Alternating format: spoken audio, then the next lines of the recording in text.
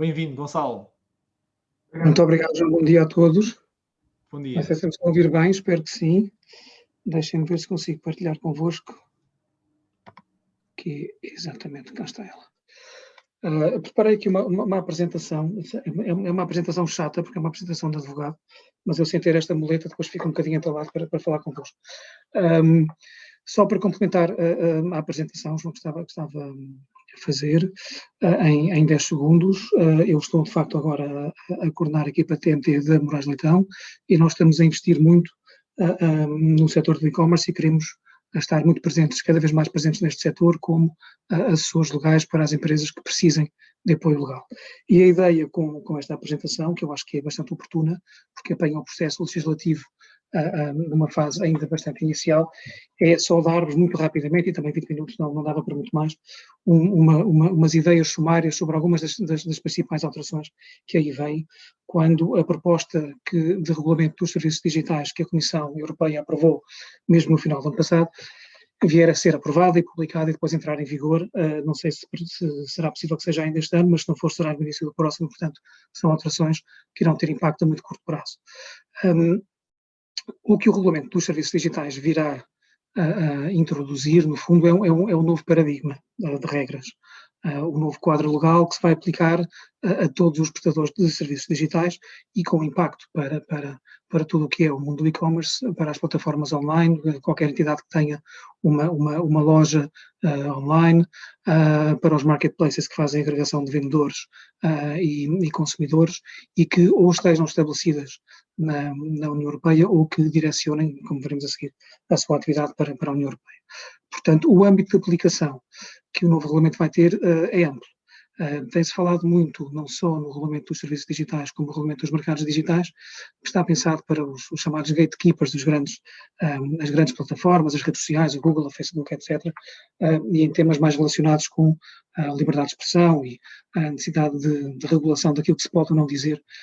e que se pode ou não mostrar online. Mas a verdade é que o regulamento dos serviços digitais vai ter um impacto muito grande para todos os operadores de e-commerce.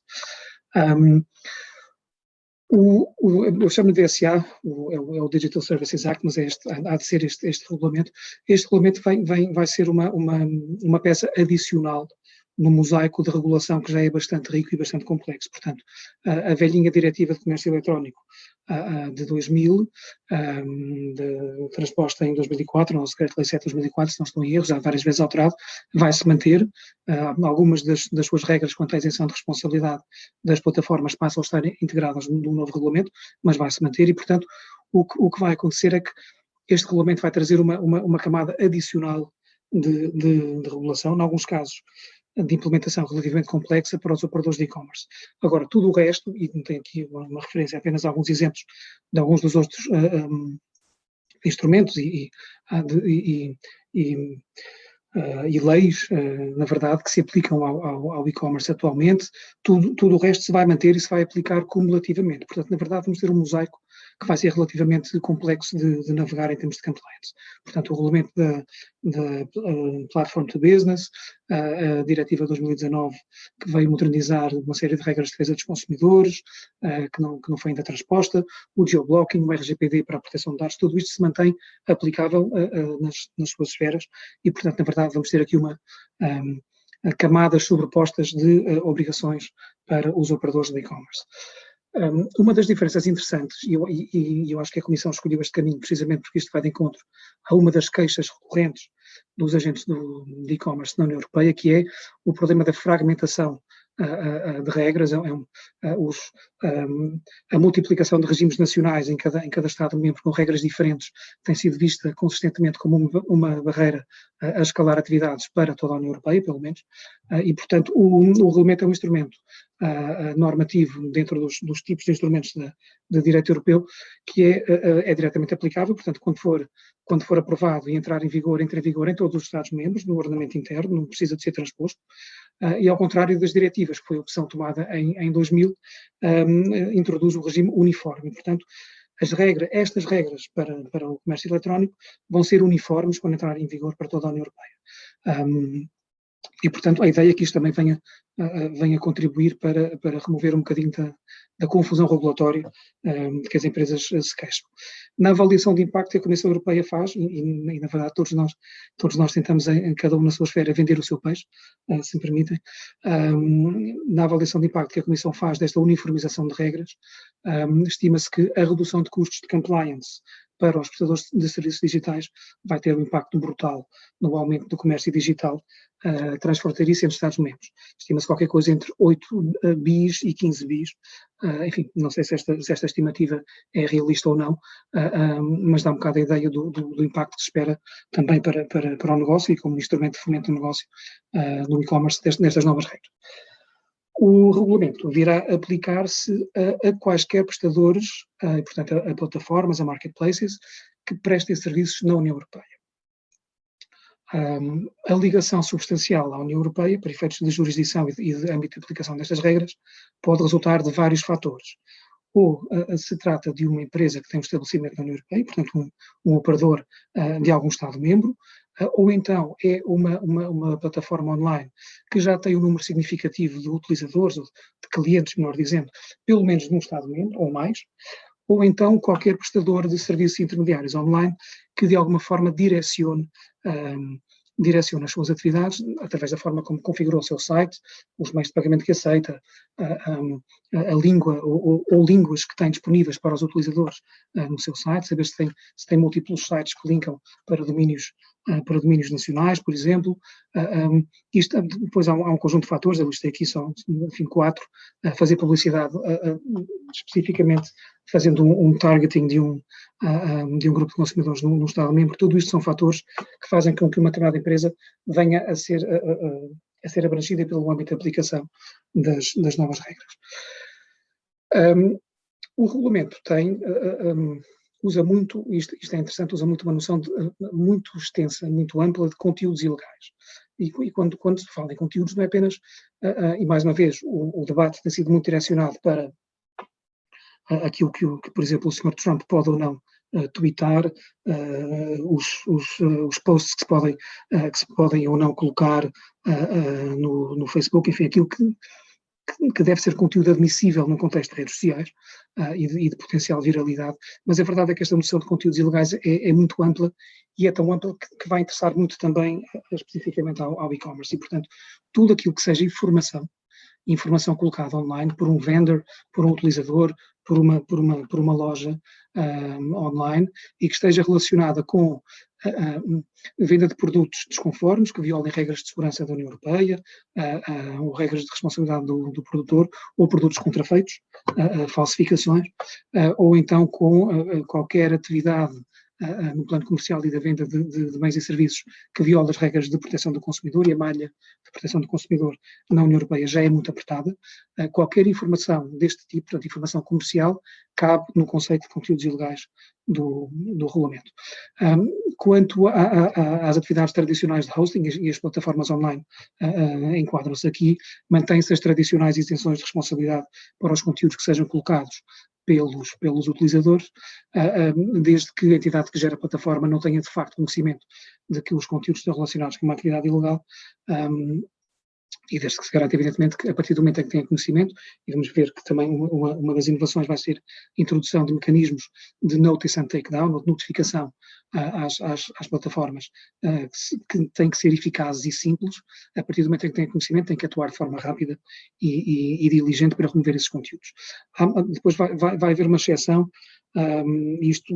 na prática temos que ver como é que vai ser a versão final dessa norma da proposta, mas em alguns casos, se uma plataforma ou marketplace de alguma forma, através do modo como apresenta a informação comercial aos potenciais consumidores, sugerir ou deixar em dúvida que pode ser a própria entidade gestora da plataforma que está a promover a venda do produto ou que é responsável por essa venda, esta isenção pode cair e, portanto, vai ser preciso também ter algum cuidado com a forma como se formatam os conteúdos de comunicação nos sites. Essencialmente, vai haver um conjunto de novas obrigações o mosaico de regras e de obrigações também dentro do regulamento não é uniforme, portanto vai haver um conjunto de obrigações que são transversais, a qualquer intermediário, a qualquer entidade com atividade comercial online. Uma delas, e aqui de facto vê-se uma preocupação de permitir uma maior eficiência em benefício dos consumidores, mas em benefício também da eficácia da regulação e da supervisão deste setor de atividade. Os agentes online vão ter que criar o chamado ponto de contacto único, ou seja, têm que designar dentro da sua estrutura e da sua organização uma pessoa, uma entidade, uma unidade que seja um ponto de contacto único para centralizar as comunicações por via eletrónica, por e-mail, através da própria plataforma, com o complexo de autoridades reguladoras. Vai ser criada, e também temos mais à frente essa nota, vão ter que ser criadas em cada Estado-membro uma nova autoridade reguladora específica para o e-commerce, a que vai ser dado o nome relativamente complexo de coordenadores de serviços digitais. A Comissão Europeia vai ter competências também muito abrangentes e depois vai haver uma espécie de ponto de contacto dos coordenadores nacionais, que é um comitê, uma espécie de BEREC das telecomunicações, mas para o comércio eletrónico. E, portanto, o ponto de contacto da plataforma online vai ter que ser o ponto de contacto para todas estas entidades. E vai ter que ser publicitado devidamente no site. Com interesse para também uma das preocupações que tem sido muito faladas pelos agentes do comércio eletrónico,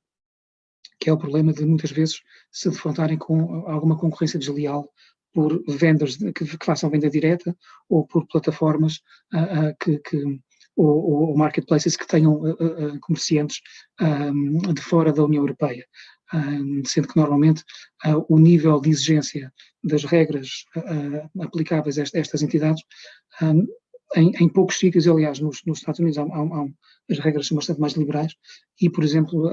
na Ásia são muitíssimo mais liberais, onde existem. Portanto, na verdade, uma das preocupações tem sido o que fazer e como direcionar o enforcement para entidades extra-União Europeia. E uma das novidades deste regulamento vai ser obrigar, precisamente, plataformas ou vendors online fora da União Europeia a designar um representante legal, pelo menos num Estado-membro. Tem que escolher um Estado-membro, que será tipicamente aquele onde ou estão estabelecidos,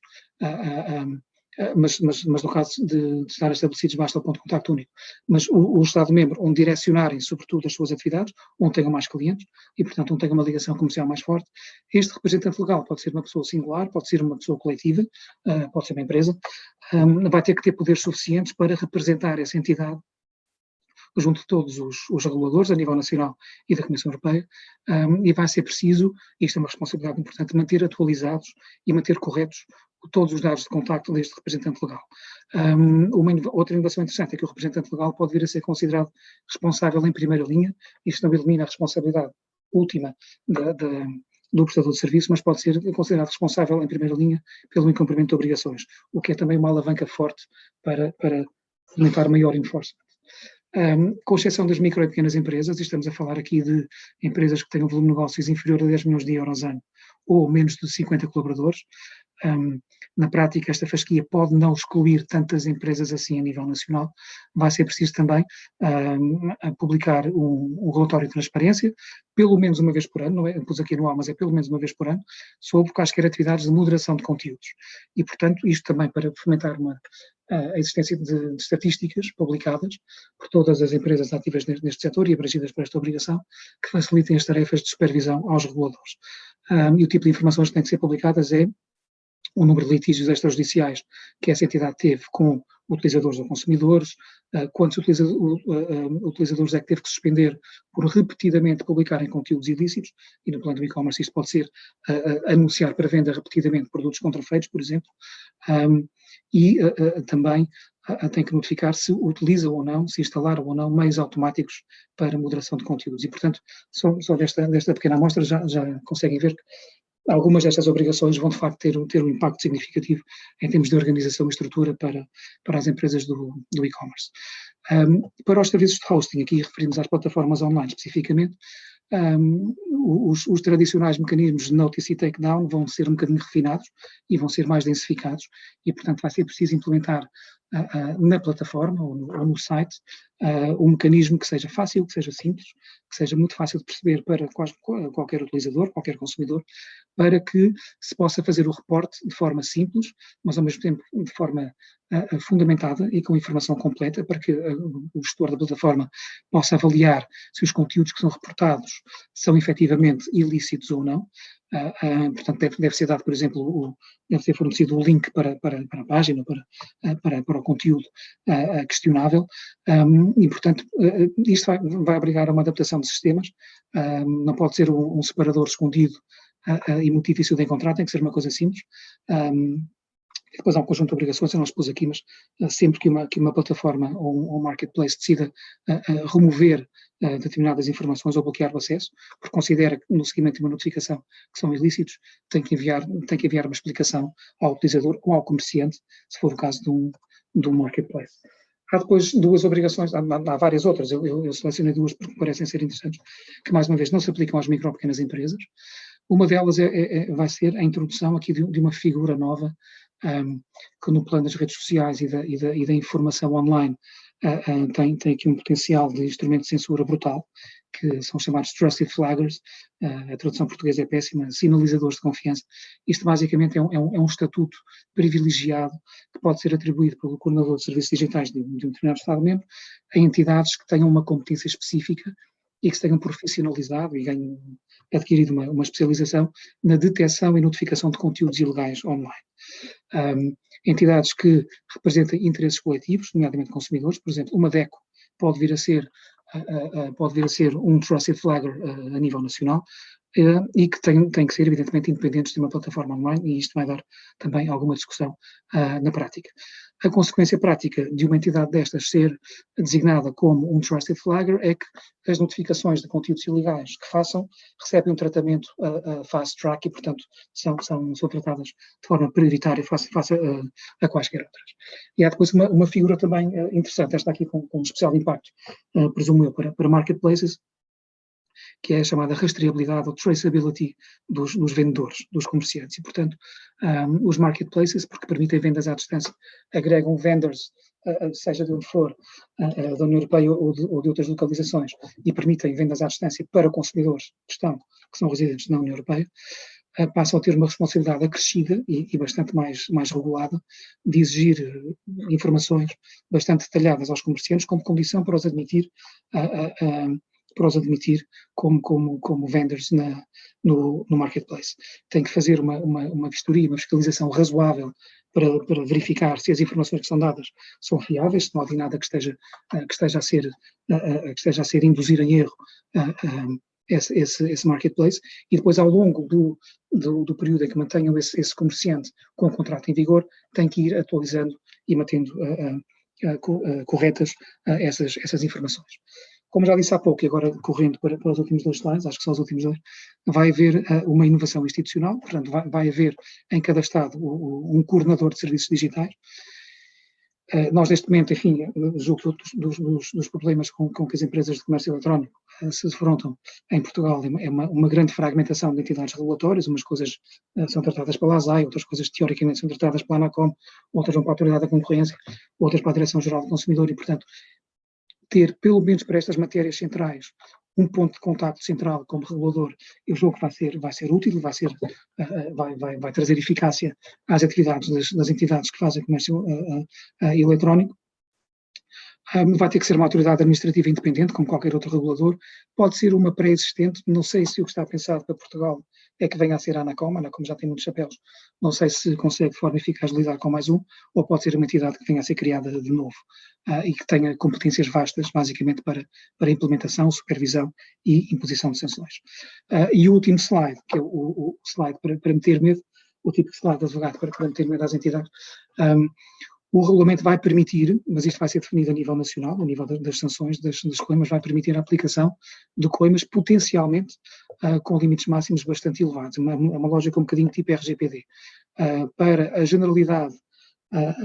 das obrigações que forem violadas, o limite máximo é 6% do volume de negócios anual da plataforma em causa, ou do prestador de serviços em causa, até 6%, e já vemos bem que isto é um mundo novo, que nada tem a ver com o nosso regime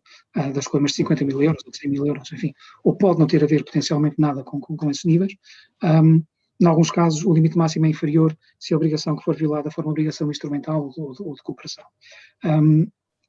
Associada às coimas aplicadas, pode vir a ser aplicada também a chamada sanção pecuniária compulsória, que é uma multa diária até a empresa que tiver sido condenada, por decisão definitiva, a pagar. E, portanto, isto enquadra-se também numa tendência geral em todas as áreas do que é a regulação, que é uma tendência para o agravamento das consequências negativas do incumprimento. As coimas vão pesando cada vez mais.